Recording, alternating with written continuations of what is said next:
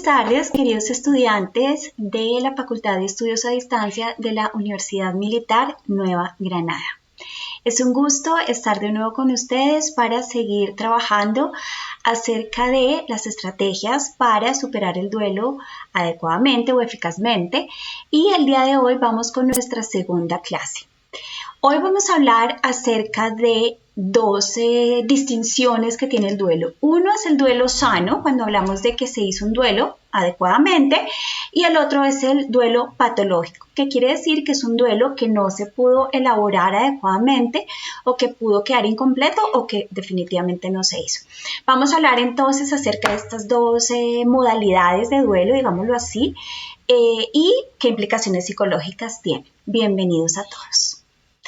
Bueno, comencemos. Entonces, empecemos por hablar cuándo es sano el duelo.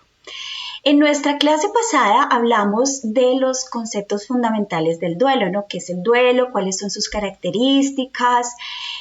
Como esas ideas que nos permiten tener ya una base conceptual sobre la cual podamos seguir construyendo conceptos y seguir comprendiendo el duelo en la medida en que es un proceso necesario, importante en la vida de los seres humanos, que no deja de ser complejo. Un duelo sano es aquel en que la persona puede atravesar adecuadamente cada uno de los, diríamos, desafíos, retos o tareas que implica el duelo, hasta que finalmente suceden tres cosas. Una, se acepta la pérdida, súper importante. Dos, se adapta a la nueva realidad, ¿no? El cambio que hablábamos la clase pasada, de un antes a un después, pues la persona se adapta a esos cambios y a una nueva realidad, y además la persona puede continuar satisfactoriamente con su vida. Cuando estos tres eventos ocurren, ¿no?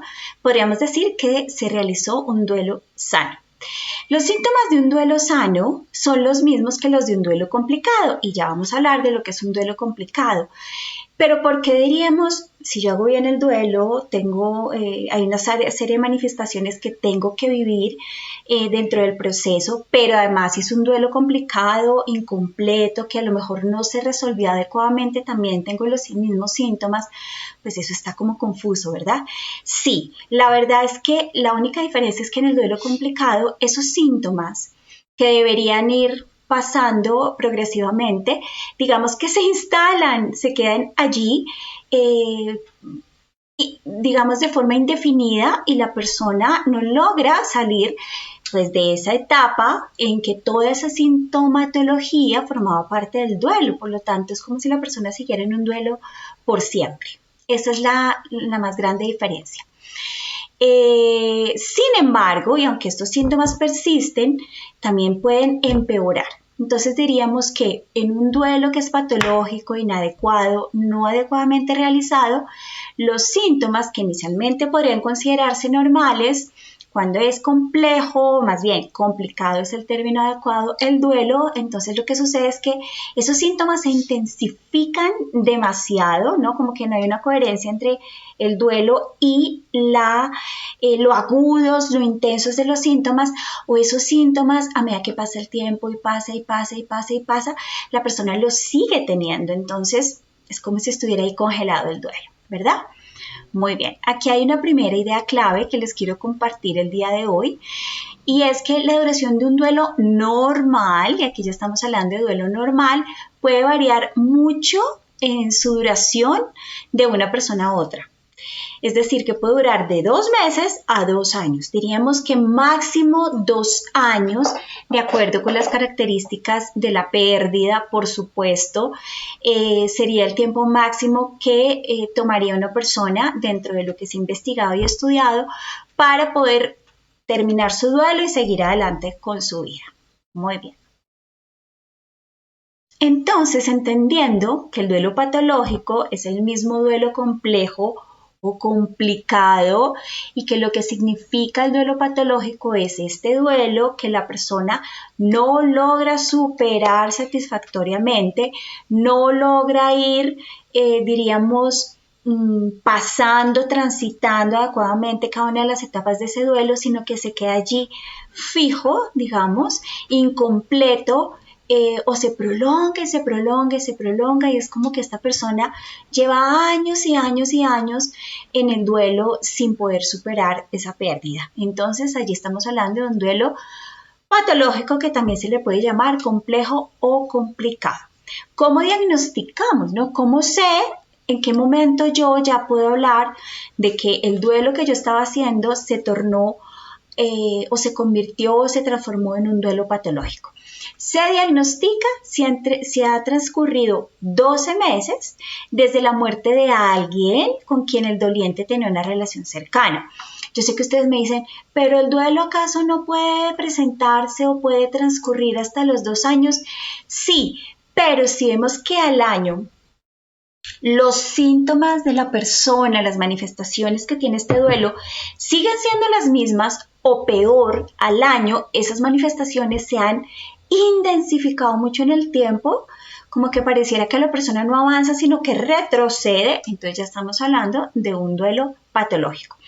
En el caso de los niños, se esperan 6 meses, es decir, si el niño llega 6 meses, también depende de muchas variables asociadas con la pérdida, pero si el niño lleva más de 6 meses, ya podríamos hablar de un duelo patológico porque en los niños debe ser el duelo elaborado con mayor rapidez, ¿no?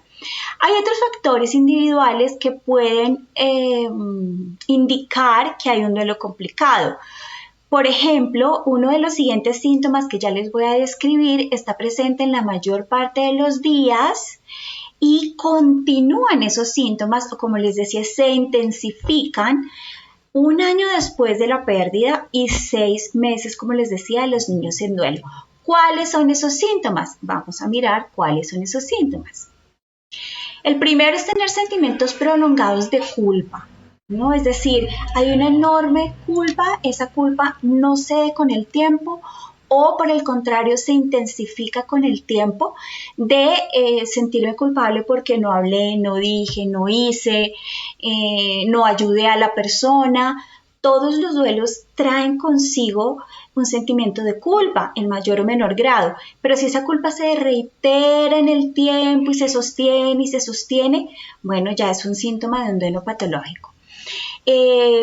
También es muy común encontrar en las personas que están haciendo un duelo patológico que dicen cosas como es que yo debería haberme muerto en vez de esta persona.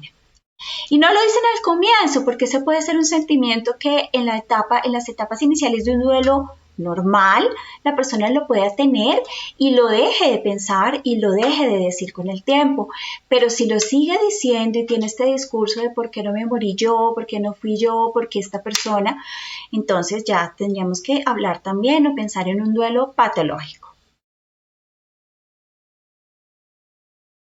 También hay una preocupación obsesiva acerca de no poder rehacer la vida, ¿no? Como que ya entré en una etapa de disfuncionalidad, como que este duelo no me deja funcionar, no me deja desempeñarme, no me deja retomar mis actividades y hay un miedo intenso y más que todo una preocupación obsesiva. Obsesiva es que todo el tiempo lo tengo presente en la mente una y otra vez, generando mucho malestar psicológico de esta sensación de no poder rehacer la vida. Ese también es un síntoma de duelo patológico. Algo que llamamos en psicología el enlentecimiento psicomotor acusado. ¿Qué es eso? Que la persona se recoge, se vuelve pasiva, ¿no? Se contrae sobre sí misma, cada vez se quiere mover menos, casi como si hubiera en curso una depresión. Recordemos que cuando hay depresión, la gente tiende a inmovilizarse, a volverse pasiva, cada vez se mueve menos, cada vez se mueve menos, cada vez se mueve menos, hasta que llega incluso, cuando es una depresión muy severa, a dejar de moverse por completo, casi que tienen que alimentar a la persona, llevarla a hacer sus necesidades básicas y demás, porque la persona se inmoviliza. Pues bien, eso también puede pasarse de un duelo patológico, porque también podríamos pensar que ante un duelo patológico, pues una persona puede deprimirse, ¿no? O sea, ya hay un trastorno del afecto que sería una depresión. Otro aspecto es el deterioro funcional, es lo que les decía, la persona ya no funciona bien, deja de desempeñarse, cada vez deja de asumir sus responsabilidades, deja de asumir los roles que le corresponde como en los sistemas en los que se mueve. Esa pérdida de funcionalidad es también un síntoma de duelo patológico. Puede dar experiencias alucinatorias. Es muy común que en las etapas iniciales de un duelo normal uno diga como, ay, yo lo vi o yo la vi, ¿no? O yo lo escuché o yo lo oigo, a veces oí como su voz, como sus pasos cuando llega a la casa. Eso es común y eso es normal, pero cuando ya esas experiencias alucinatorias son intensas, o muy evidentes o muy claras, no es que de verdad que lo vi, se sentó, no, entró por la puerta, ese tipo de cosas, pues ya ya deberíamos pensar en que es un duelo patológico, ¿no? Ya estamos pasando de una sensación de irrealidad y de cierta desconexión con el mundo que me rodea por la intensidad emocional a un proceso de quizás de disociación de la realidad, ¿no? Casi como una psicosis, ¿no? Ya tirando un poco ese síntomas psicóticos, pues obviamente de un duelo patológico. Apareciendo mecanismos de defensa como la negación de la muerte del ser querido, ¿no? Bueno, eso es muy común. Vuelvo y les insisto, fíjense que los síntomas de un duelo normal son los mismos que el duelo patológico, ¿no? Porque en el duelo normal puede ser que en las etapas iniciales haya una negación. No, aquí no pasó, yo siento como si no hubiera pasado, es que no lo puedo creer, es que eso no es verdad, es que eso...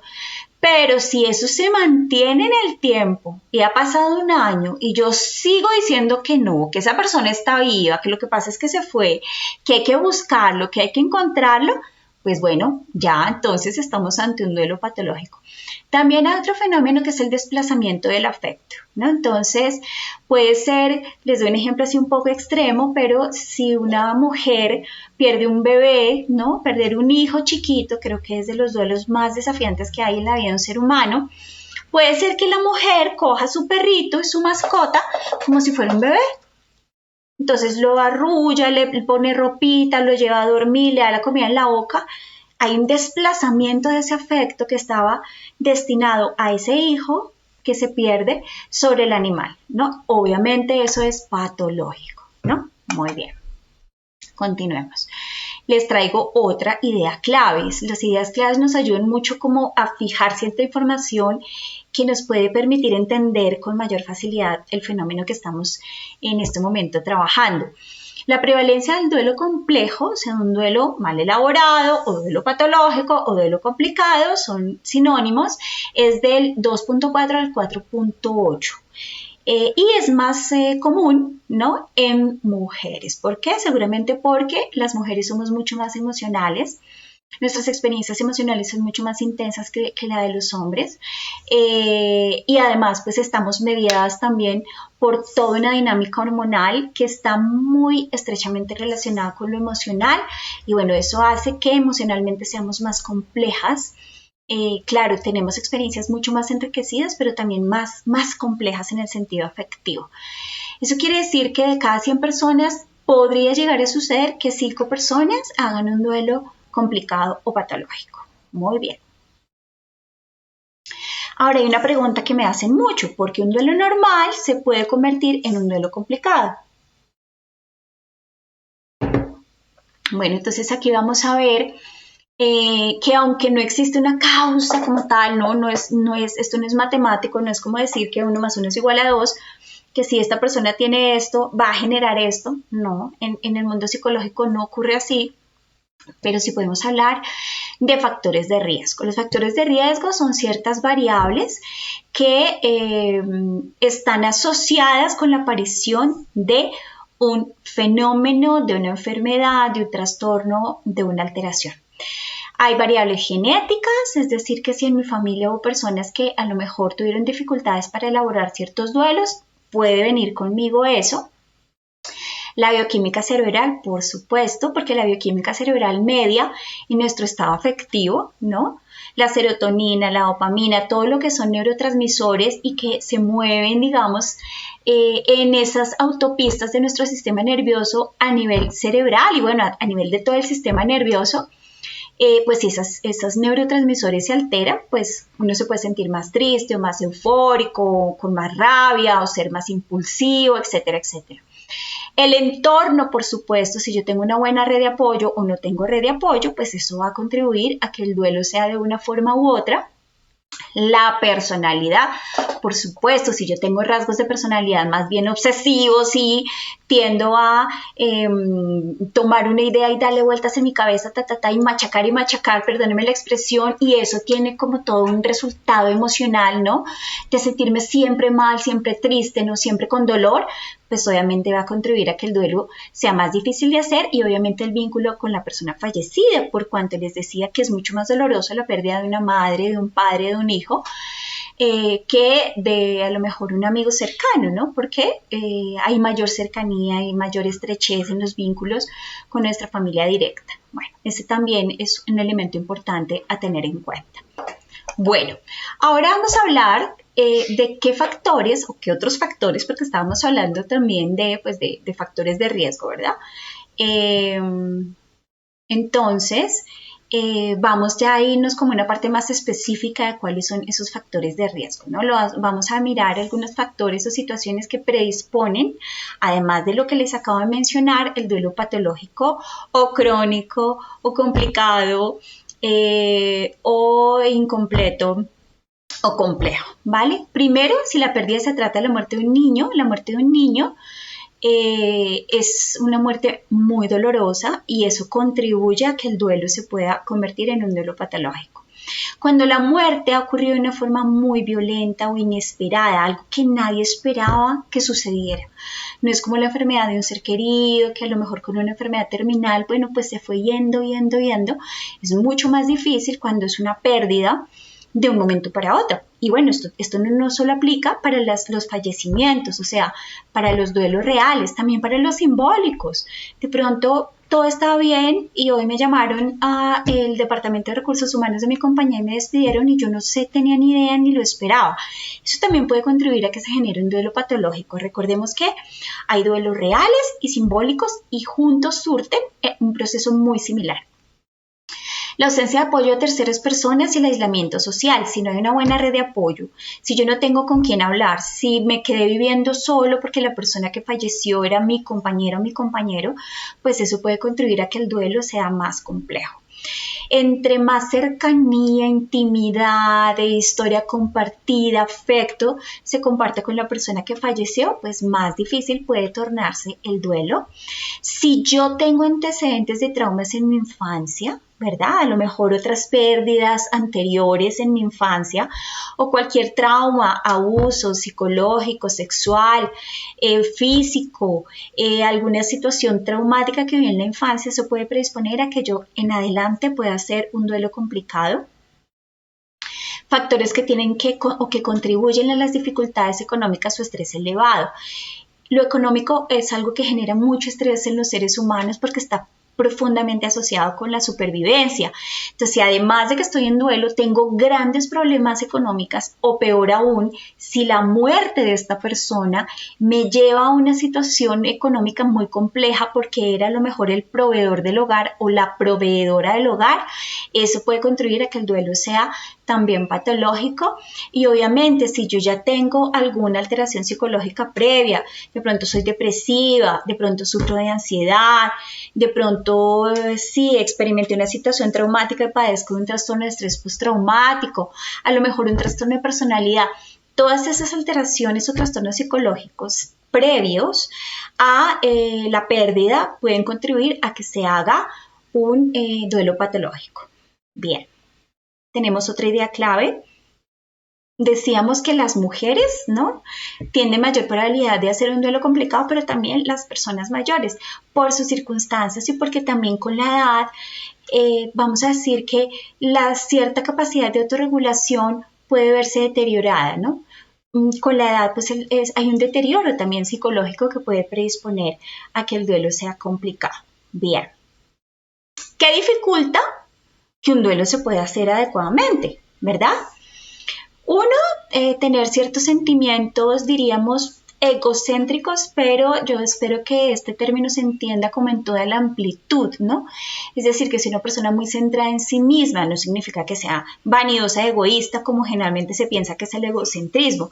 Hay muchas características asociadas con el egocentrismo que no se conocen, pero bueno, fundamentalmente es esta tendencia que tiene la persona a estar centrada sobre sí misma, ¿no? Pues se vuelca sobre sí misma, sus necesidades, lo que quiere, lo que necesita, se victimiza, ¿no? Hay ciertos rasgos de personalidad también asociados con esto.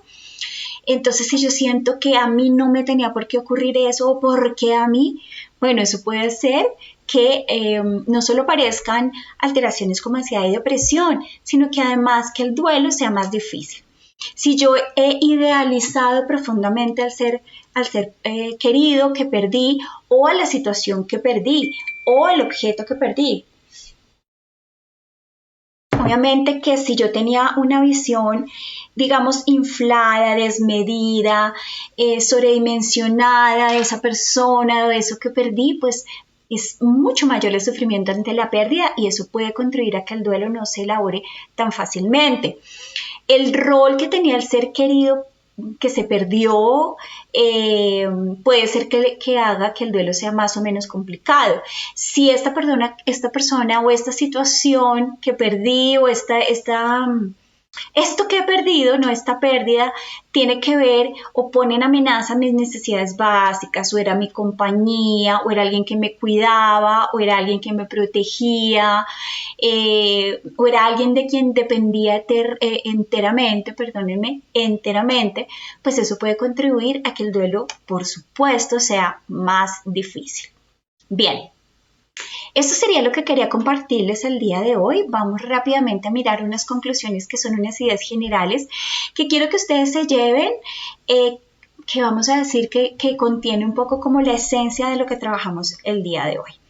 Primero, decir que un duelo sano significa o es aquel en el que la persona logra superar satisfactoriamente cada una de las etapas de ese duelo y asumir y superar también los desafíos que implica cada una de esas etapas.